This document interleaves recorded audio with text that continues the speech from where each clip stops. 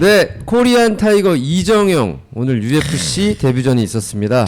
2월 4일이었죠. UFC 파이트 나이트 235 언더카드 네 번째 경기에서 블레이크 빌더라는 선수와 패더급 경기를 펼쳤는데요.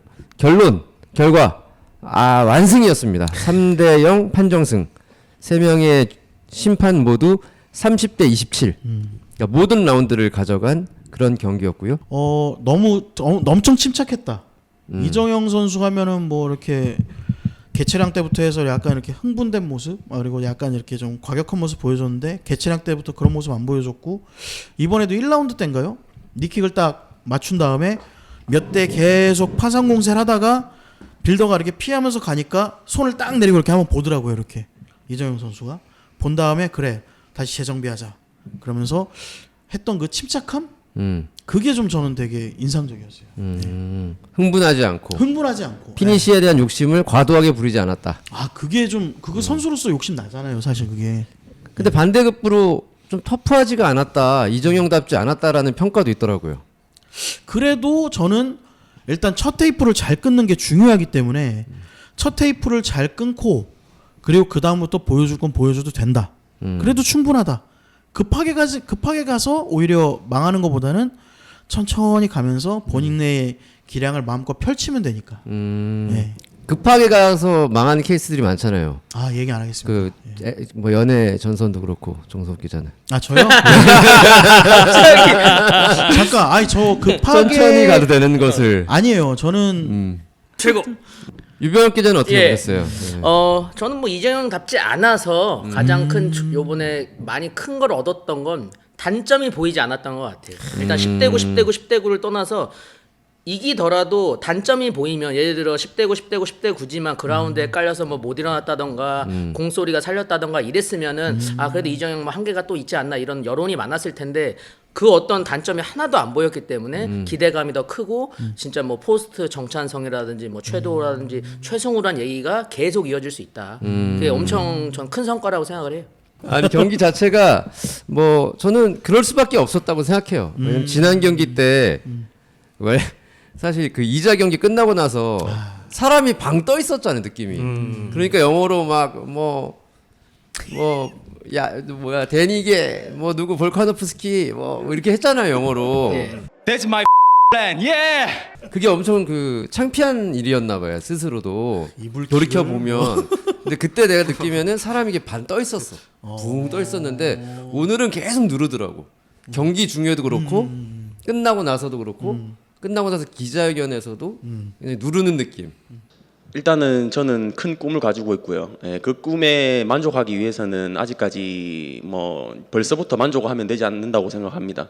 방방 뜨지 않겠다. 스스로 컨트롤한 게 보였고 그게 경기력으로 쭉 나오니까 안정적으로 이런 경기도 이길 수 있구나라는 생각이 들었습니다. 이정영 선수가 진짜 어른스러운 점이죠, 그거를. 원래 그런 누르는 거는 패배 이후에 눌리는 경우가 많아요. 자기가 생각했을 때 나 너무 거만했다. 그건 졌을 때니까. 많은 걸 배웠네. 그 제 3자가 봐도 창피한데 본인은 얼마나 창피해? Yeah. 저거 아대 왜 찼어? 무릎에 아대 왜 찼어? 막 사람들이 그래서 불안했어요, 맨 처음에. 빌더의 레슬링을 잘 막았고 오히려 빌더를 깔았어요. 나중에는 깔고서 위에서 눌렀어요. 누르면서 팔꿈치 엘보 날리고 그리고 그라운드에서도 욕심 안 내고 계속 누르고. 부상 아까 얘기했잖아요. 근데 부상이 마지막 2자전에 나온 게 아니라 사실 로드 투 FC 시작할 때부터 안 좋았거든요. 맞아. 그래서 부상이 점점 악화되는 상황에서 킥을 못 차고 2자 레슬링에 대한 대응이 원활하지 못했고 그러니까 약간 원래 자기가 가지고 있는 거에서 차포 떼고 경기를 좀 했단 말이에요. 맞아. 그런데도 우승을 했으니까 실제로 차포까지 달고 하니까 더 이제 완숙미가 더 느껴지는. 그래서 지난 과정들이 다 이런 좋은 어떤 걸음이 됐다라는 생각이 들더라고요. 1라운드 때부터 잠깐 보시면 그러니까 저는 이제 처음부터 그렇게 작고 빠른 선수는 스텝을 잡아줘야 돼요. 그래서 이제 빌더의 보디를 상당히 많이 잡아놨어요. 근데 결국에는 못 빠지잖아요. 바디. 빌더의 보디를 보디 잡아놨는데 빌더. 그러니까 전 1라운드 때 사실 여러 가지가 공격 옵션이 들어갔으면 좋았던 건 이제 미들킥이랑 하이킥이 좀 많았으면 좋겠어요. 처음엔 레슬러니까 킥을 차다가 내가 테이크다운을 당하거나 내가 깔리는 수가 있으니까 그거를 좀 한번 간을 보고자 처음에는 좀 마지막까지 킥을 안 차다가 3라운드 되니까 얘 정도면 킥 차도 될 것 같은데. 킥 차서 넘어지더라도 뭐 괜찮다 이런 생각을 했을 수도 있죠. 그러니까 저는 약간 그런 생각. 예. 그러니까 이번에 되게 조심했던 것 같아요. 아무튼 제 생각에 너무 되게 신중했고 꼭 이겨야 된다.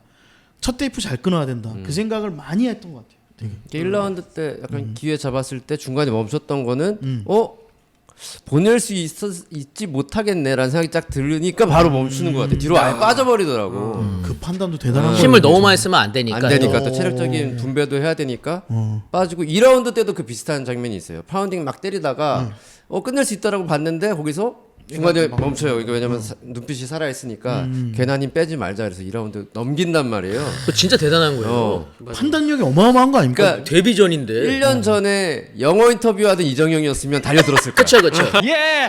그때는. 그쵸. 네, 방방 뜨던 때니까 예. 달려들었다고. 근데 그거에 걸음이 돼가지고 딱 거기서 딱 멈추더라고요. 아, 평정심을 유지하더라고요. 최고. 뭐 별점 5점 중에 일단은 4점. 5점까지는 좀 힘들고. 네, 전 별점 3점. 3점. 3점이면은 좋았다. 정도가 원래 3점. 워낙 박하게 주는. 네, 네. 네.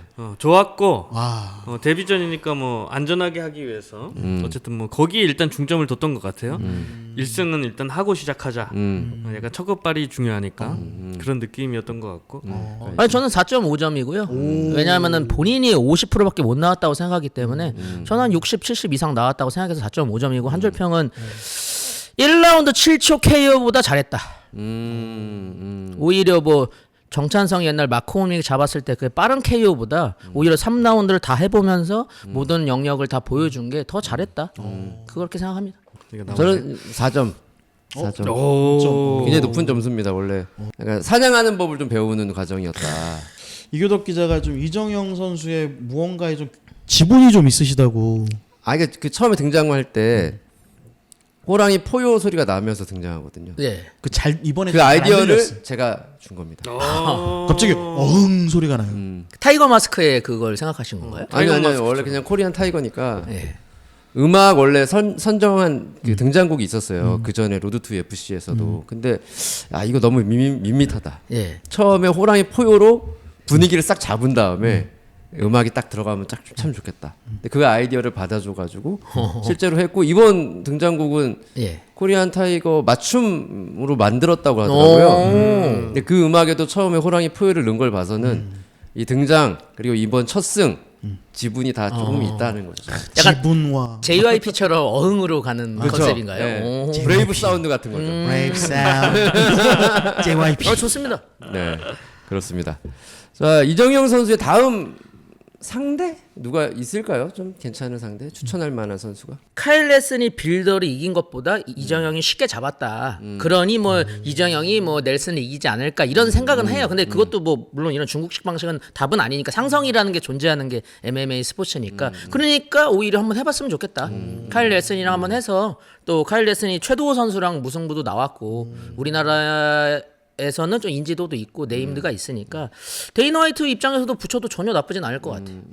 그러니까 이게 사실 최도 선수랑 이정영 선수랑 굉장히 가까운 사이란 말이에요. 예, 팀 선후배고 맞아, 팀 선후배. 고향 또 선후배고 동네도 거의 같고 서구 달서구 이쪽이거든요. 그런데 우리나라에 유독 패더급의 사람이 많아. 이미 좀비가 떠났지만은 최승우 있고 최도호 있고 이정영이 있단 말이에요. 3명이나 있단 말이에요 지금. UFC에. 근데 이들이 당연히 경쟁을 할 수밖에 없습니다. 이 구도도 사람들이 굉장히 궁금해할 거예요. 이정영이 최도를 위협할 수 있을까? 그러니까 최도랑 싸운다는 게 아니라 만약 카일 넬슨, 찰스 주르댕을 이기든지. 찰스 주르댕, 그쵸. 뭐 이런 식으로 이제 만약 이정영이 밟아 올라가면 최도 그 레벨에 좀 다가가는 거 아닌가라고 이제 좀 인식을 할 수가 있겠죠. 그런 재미가 있을 것 같고 최승우가 경기를 했던 뭐 조시 쿨리바오. 알렉스 카세레스. 알렉스 카세레스. 좀 가야 되지만 한두 번 더 이기고 가야 되지만 거기까지 가면은 또 최승우 선수와의 어떤 그런 경쟁 구도 우리가 맨날 얘기하잖아요. 1위가 누구고 2위가 누구고 뭐 이런 얘기 하잖아요. 그런 재미도 좀 생길 것 같아요. 네. 그러면 위에 있는 최도나 최승우 선수도 자극을 받아서 더 열심히 할 수 네, 있는. 밑에 이제 쫓아오니까 그런 좀 선의의 경쟁 좋다. 구도를 위해서는 그런 카일 넬슨이라든가 중간 이런 징검다리 같은 것들이 필요하지 않을까라는 생각합니다. 그죠. 예전으로 생각하면 이제 예전으로. 예. 체드 맨데스 성향이랑 한번 붙으면 좋죠. 그래야 이제 단점도 좀 나오고 오히려 그러니까 타격으로 좀 더 보여줄 수 있고 그러니까 그런 쪽이랑 해야 단점이 나오지만 올라갈 수 있다. 아. 좀 작은 상대를 만나면 당연히 좋으니까 작고 하지만 땅땅하고 그리고 타격은 조금 아니어도 들어올 수 있는 태클이 있는 애랑 해야 돼요. 그래야 어쨌건 밟고 올라가야 되기 때문에 계속 비등비등한 타격 잡아봤자 결국에는 그런 선수를 마주칠 수밖에 없잖아요. 맞아요. 예, 올라가면 댄 이기가 나오는 거예요. 그런 성향이 그런 성향의 정점이 댄 이기의 조시 에밋이에요. 근데 그런 선수를 거칠 수가 없잖아요. 타이틀을 가려면. 근데 그 전에 이제 체드 맨데스 성향 선수를 한번 붙어봐야 뭐 2대1 판정으로 이기든 무조건 이기긴 해야 돼요. 또 지면 미끄러지니까 2대1 판정으로 간신히 이기더라도 한번 지금 아랫 느낌에서 검증을 해고 올라가는 게 큰 도움이 될 거다. 최고. 그러니까 이정현 선수가 올해 3연승을 노린다고 그랬어요. 맞습니다. 그래서 여름에 한 번, 겨울에 한 번 경기를 뛰고 싶다. 근데 다음 경기는 무조건 미국에서 준비하겠다. 이런 발언을 했거든요. 오. 이정현 선수하고 잘 맞는 팀이 있을까요? 아메리칸 탑 팀? 호리구치 큐지라든가 이런 동양 선수가 가서도 적응을 잘한 사례가 있긴 합니다. 그리고 또 큐지가 동양 선수들 오면은 좀 많이 챙긴다고 하더라고요. 보니까. 예.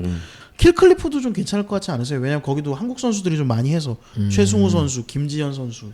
그래서 좀 동양 선수들과 좀 소통도 많이 하고 거기에 있는 선수들도 그러니까 특히 한국 선수들 좀 좋아하는 것 같아요. 거기에 이제 레슬러 코치 중에 사파로프라고 있습니다. 사파로프. 네, 사파로프가 어머니가 한국계예요. 고려인이에요. 그 사람. 네, 아버지가 다게스탄인이냐. 누군지 알아요. 그래서 뭐 그 사람. 레슬링 만났어요. 같은 부분에서 도움을 많이 줄 수도 있다. 그 사람이. 그리고 뭐 한식도 좋아해가지고 최승우 선수랑 자주 먹었다고 그러더라고요. 그러니까 한국 사람에 대한 애정이 좀 있는 사람이니까 그런 식의 좀 연결고리도 괜찮다. 맞아. 근데 이제 여하튼 ATT나 킬클리프는 엄청나게 많은 그 스파링 자원들이 있는 거죠. 그것도 A급에 날씨도 좋고 뭐 이런 부분이 있는데 비용이 좀 많이 든다. 아니면은 에디차? 에디차의 파이트 레디는 어떻게 보십니까? 괜찮죠. 에디차의 파이트레드도 괜찮죠. 오히려 그리고 말도 통하고 예. 그리고 거기에도 그 레슬링의 캡틴? 헨리 세우도, 예. 헨리 세우도도 있고. 알바라신. 예. 에릭 알바라신도 있고 하니까 뭐 좀 이렇게 레슬링 쪽으로도 좀 많이 키워줄 수 있는 그런 것도 좀 있을 것 같고요. 예. 거기도 물가는 비싸지만 라스베가스는 이제 PI가 있으니까 PI에서는 밥도 먹을 수 있고 훈련도 공짜로 할 훈련에 수도 대한 비용을 좀 낮출 수 있고 그다음에 나름대로 이제 라스베가스의 익스트림 크투아 커투아가 있고 그다음에 뭐 여러 팀들이 좀 있거든요 여기에 신디케이트 MMA 뭐 이런 식으로 있어요. 거기서 이제 훈련 돌아다니면서 하면 뭔가 좀 비용적인 부분은 세이브가 될 수 있고. 근데 저는 약간 다른 시각으로 항상 보는 거는 이제 한국을 떠나서 동아시아인이 인자강이 아니에요. 뼈대가 땅땅하고 이런 스타일이 아니에요. 부상이 많이 나오잖아요. 스파링 파트너가 많을수록 부상 위험도 높아지는 거예요, 사실. 그리고 옛날에 뭐 전 대표님이나 하동진 대표님이 말씀하시는 거는 그런데 많은 선수들한테 훈련을 하면 전략 노출도 많이 되고 이렇게 좀 알려지는 경우도 많아요. 그러니까 저는 해외에서 훈련하는 건 너무 좋은 거예요, 당연히. 근데 이제 자기만의 무기는 꼭 다 보여줄 필요는 없고 스파링을 위주로 너무 많이 할 필요도 없다고 생각을 해요. 그러니까 그게 뭐 약간 옛날에 뭐 맥스할러가 얘기했듯이 다 성향마다 다르잖아요. 뭐 션 스트링랜드는 스파링 위주로 하고 어디는 스파링을 아예 안 하고 다 많지만은 제가 봤을 때 동양인의 뼈대는 그렇게 스파링 위주로 했을 때 좋을 스타일이 아니에요. 태생적으로. 그렇기 때문에 그거는 이정현 선수가 좀 더 한 번 더 생각했으면 좋겠다. 이런 생각은 해요. 그러니까 훈련 방식은 다 배우는 건 너무 좋죠. 아침에 어떻게 일어나고 워밍업 어떻게 하고 이런 건 다 좋죠. 스트렝스 훈련이나. 근데 스파링 위주를 너무 많이 하게 되면은 오히려 자기 수명을 단축시키는 길이 될 수가 있다. 그런 생각도 해봐요, 사실은. 지금 딱 떠오르는 건데 아까 이병헌 기자가 레슬러들하고 많이 경기를 해봤으면 좋겠다고 그랬잖아요. 아예 그러면 스파링을 뭐 자주 하든 많이 하든 아니면 좀 적게 하든 이거는 이정현 선수 개인의 판단이겠지만 팀 알파메일로 가서 아예 그런 스타일들하고 많이 섞여보는 것도 방법일 수도 있을 것 같아요. 그들이 약간 이정현의 약점을 많이 파악해 줄 수도 있지 않을까. 오히려. 그렇죠. 이정현 선수 스타일을 잘 알잖아요. 알지. 그쪽 알파메일 쪽이 또 경량급에 워낙 소굴이었고 사실. 저도 알파메일이 참 좋다고 생각해요. 유라이어 페이버도 있지만 뭐 옛날 베나비데 작은 선수들 많으니까 좋을 것 같아요. 레슬링도 워낙 극강 애들이 많고. 일단 선택은 뭐 이정현 선수가 나름 가져가지 않을까 싶고요. 여하튼 뭐 고생했습니다 이정현 선수. 네. 너무 잘했습니다. 드리고요. 네. 네.